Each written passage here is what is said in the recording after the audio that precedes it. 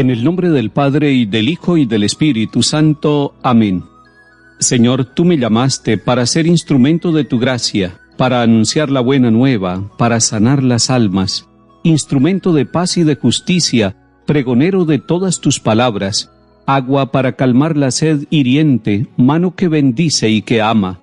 Señor, tú me llamaste para curar los corazones heridos, para gritar en medio de las plazas que el amor está vivo, para sacar del sueño a los que duermen y liberar al cautivo.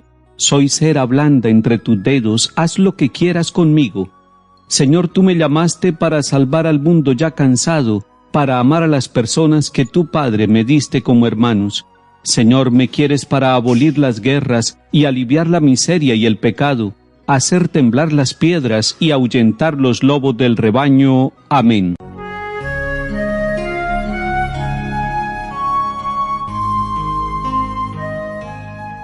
Lectura del libro del Éxodo, capítulo 34. Cuando Moisés bajó del monte Sinaí con las 2 tablas de la alianza en la mano, no sabía que tenía radiante la piel de la cara de haber hablado con el Señor. Pero Aarón y todos los israelitas vieron a Moisés con la piel de la cara radiante y no se atrevieron a acercarse a él. Cuando Moisés los llamó, se acercaron Aarón y los jefes de la comunidad, y Moisés les habló. Después se acercaron todos los israelitas, y Moisés les comunicó las órdenes que el Señor le había dado en el monte Sinaí. Y cuando terminó de hablar con ellos, se echó un velo por la cara. Cuando entraba a la presencia del Señor para hablar con él, se quitaba el velo hasta la salida. Cuando salía, comunicaba a los israelitas lo que le habían mandado. Los israelitas veían la piel de su cara radiante, y Moisés se volvía a echar el velo por la cara, hasta que volvía a hablar con Dios. Palabra de Dios. Te alabamos, Señor.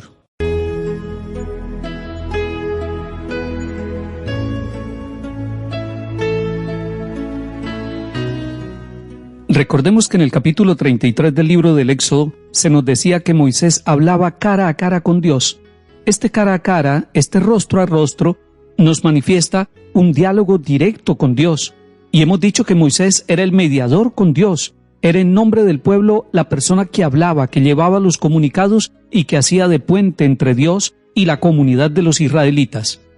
También nos encontramos con que el pueblo de Israel se sintió solo, cuando en capítulos anteriores veíamos que Moisés iba durante 40 días y 40 noches a hablar con Dios. En medio de esa aparente soledad, el pueblo se confunde, y Aarón también se confunde con todo el pueblo. Esta situación de confusión del pueblo y de su dirigente espiritual, Aarón, los lleva a la apostasía, y encontramos cómo ellos construyeron el becerro de oro y se postraron ante él, porque necesitaban una compañía cercana de Dios. Después de la corrección que Moisés ha tenido que hacerle a su pueblo por este pecado de apostasía, Moisés vuelve al encuentro con Dios, y nuevamente 40 días y 40 noches. Pero esta vez el pueblo no se confunde, esta vez el pueblo no se equivoca, esta vez el pueblo no cae en la apostasía. Después de ese encuentro con Dios, Moisés regresa al pueblo y trae en sus manos las 2 tablas de la alianza. Y en este momento el testimonio del encuentro de Moisés con Dios no es solamente las tablas que Dios mismo ha escrito para comunicárselas al pueblo. Ahora su piel, la piel de su rostro, también manifiesta el encuentro con el Señor. Su rostro está brillante, está resplandeciente. Es como si la cara de Moisés hubiera recibido parte de la gloria de Dios para que la transmitiera también a la comunidad de Israel y ellos sintieran la confianza de la presencia de la gloria de Dios entre ellos.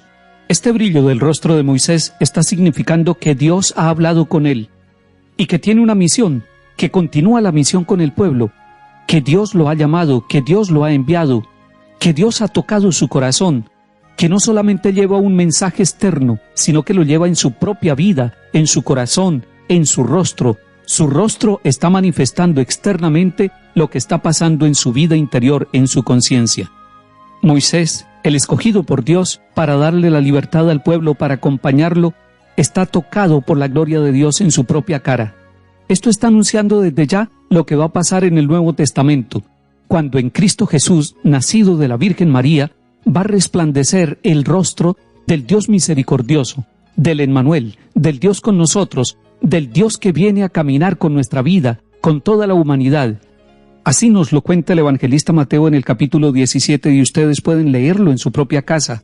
Allí nos dice, 6 días después, Llamó Jesús a Pedro, a Santiago y a su hermano Juan, y se los llevó aparte a una montaña elevada. Delante de ellos se transfiguró, su rostro resplandecía como el sol, y su ropa se volvió blanca como la luz. Significa mucho este pasaje, porque nos está diciendo que el rostro de Jesucristo allí en el monte de la transfiguración brilla y es radiante como el sol. Es un rostro que no podríamos mirar. Sin embargo, los testigos de la pasión dolorosa del Señor Jesús van a recordar al profeta Isaías cuando decía que tan desfigurado estaba su rostro que no parecía humano. El rostro de la gloria en Cristo Jesús se desfigura por el pecado de la humanidad. Ese rostro brillante que anticipaba ya Moisés es un rostro que pasa por el dolor, por la sangre, por el sufrimiento y todo para darnos la salvación. Y tenemos claro que el amor de Dios triunfa sobre el pecado y sobre la muerte, y por eso el rostro brillante es el rostro del resucitado, el rostro del triunfador, del Dios viviente, del que ha pasado por la cruz, que ha pasado por el dolor, pero que por amor y por misericordia sigue siendo un rostro resplandeciente como el sol. Si la cara de Moisés era radiante después de hablar con Dios, el rostro de Cristo es resplandeciente como el sol, porque Él es el mismo Dios. Y por esta razón, en el rostro de niños, en el rostro de ancianos, en el rostro de comunidades que sufren, que están padeciendo hambre, que están padeciendo injusticia, guerra, violación de los derechos humanos, allí, en esos rostros sufrientes, está oculto el rostro radiante de Cristo que un día brillará.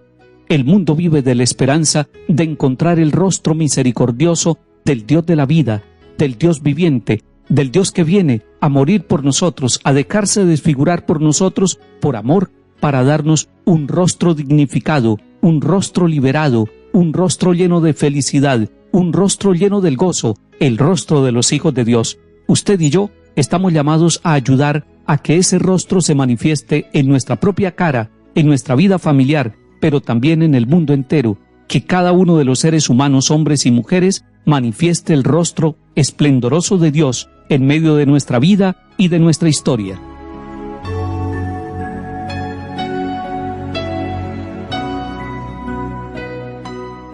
Salmo 98. Ensalcen al Señor Dios nuestro, póstrense ante el estrado de sus pies, Él es santo. Moisés y Aarón con sus sacerdotes, Samuel con los que invocan su nombre, invocaban al Señor y Él respondía. Dios les hablaba desde la columna de nube, oyeron sus mandatos y la ley que les dio. Ensalcen al Señor Dios nuestro, póstrense ante su monte santo, santo es el Señor nuestro Dios.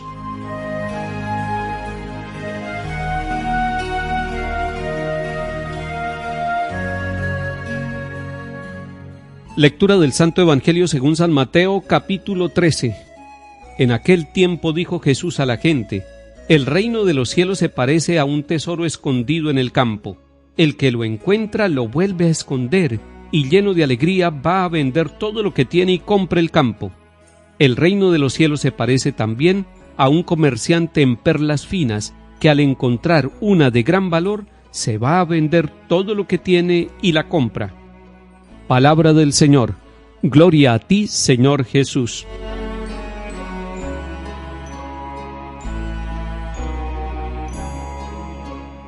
El reino de los cielos se parece a un tesoro escondido, dice el Señor Jesús.